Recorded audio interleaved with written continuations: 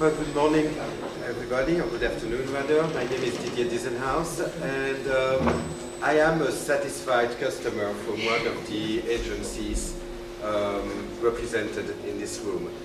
I'm here with my husband, Eric, and my son, Boris, who's in the back over there.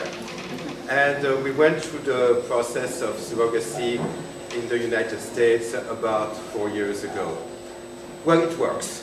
I can tell you that it works, and it was definitely a life-altering experience. Obviously, because we ended up with a child, which was the objective, but at the moment we started the adventure, we had absolutely no idea of what it entailed. I mean, we were like, I suppose some of you are today, a stable couple, where at that point we had been together 14 years, wanting a family, not really knowing how to go about, and we went through the usual reflections. Oh, sure, we're going to adopt, but obviously there are difficulties there. We thought about co-parenting, that brings out its own sets of questions. We thought about surrogacy, of course the moral issues that come with surrogacy, especially here in Europe, came to mind. And once we were settled on the idea of surrogacy, the question arose to where to do it.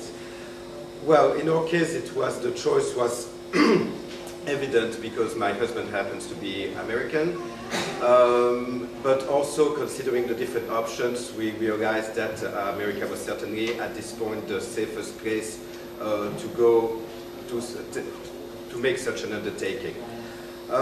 I must say that once you realize that the agencies and actually all the wonderful people who help with the process are businesses, and that you accept the fact that a service needs to be paid for, and pretty dearly. I mean, it costs a pretty penny to go through a surrogacy program in the US.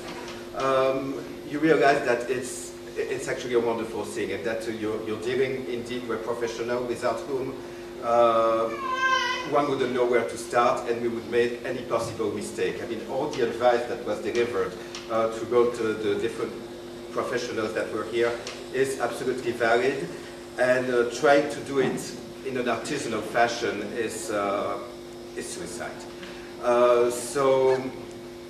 And I'm really not here to make the publicity for those people, but I feel very deeply indebted to the system. Of course, we can hope that in the future there will be services like that in Europe. And Europe being Europe, we can hope that somehow it's going to be more affordable, government-sponsored. But by the time this happened, our hair will have fallen and will be grey. So at this point, it's really the option. So this is why we chose surrogacy in the US. When we started, of course, we didn't know where this would go. Of course, we had visions of a child, but we didn't know what relationship with the surrogate would be, who would be that woman that was to carry our child, who would be the egg donor. I mean, even those concepts were kind of blurry to us. But that was a wonderful surprise, actually. The way things developed and the emotional adventure, the emotional roller coaster that the whole adventure is. And one of the most delightful surprises was indeed, in our case, the deep friendship that arose between not only Melissa, our surrogate, who's going to speak after me, but our whole family, and how this whole became a natural thing. How we completely, I mean, where we never forgot, I mean, the client provide a relationship with the agency, with the clinic, with everybody. The relationship with the surrogate became the utterly human adventure. And that was wonderful, and that still is wonderful several years after, and hopefully that will still be wonderful in decades to come.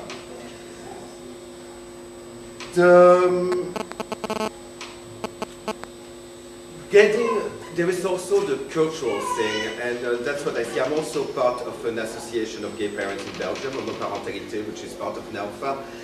And I do see a lot of other couples that became parents through surrogacy or potential parents, so people who would like to. And one of the things that sometimes is difficult is the cultural gap between, in my case, Belgium, but I guess any European country, and the US. The codes are obviously a little different, and sometimes European prospective parents are taken a little aback by the way relationship and practices are in the US. The United States is a very matter-of-fact country, and there are a lot of things that are very practical. I mean, Americans tend to say things as they are. There is no way around it, and they don't try to make you understand or to hint at things. I mean, it's you want this is how it goes. You like it good, you don't like it, it's good too. But do what, say it as you will.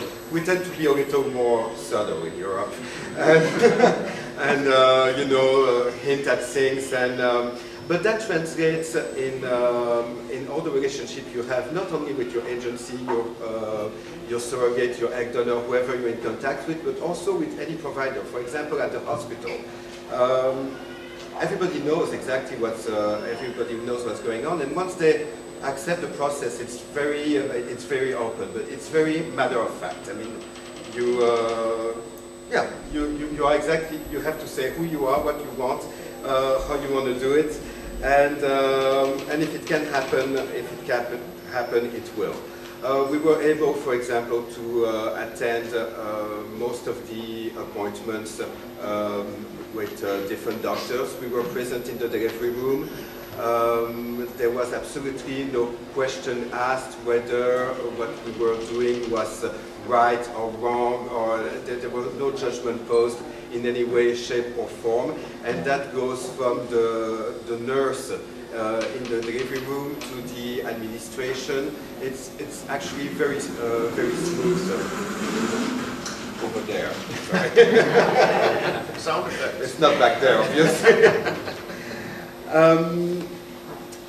Going to, as Stephen mentioned, one thing that we do have to worry being from European countries is to make sure not to put ourselves in positions that will be difficult afterwards. So there are choices that absolutely need to be made, and indeed not only the agency is there to help you there, but also think about your local gay associations.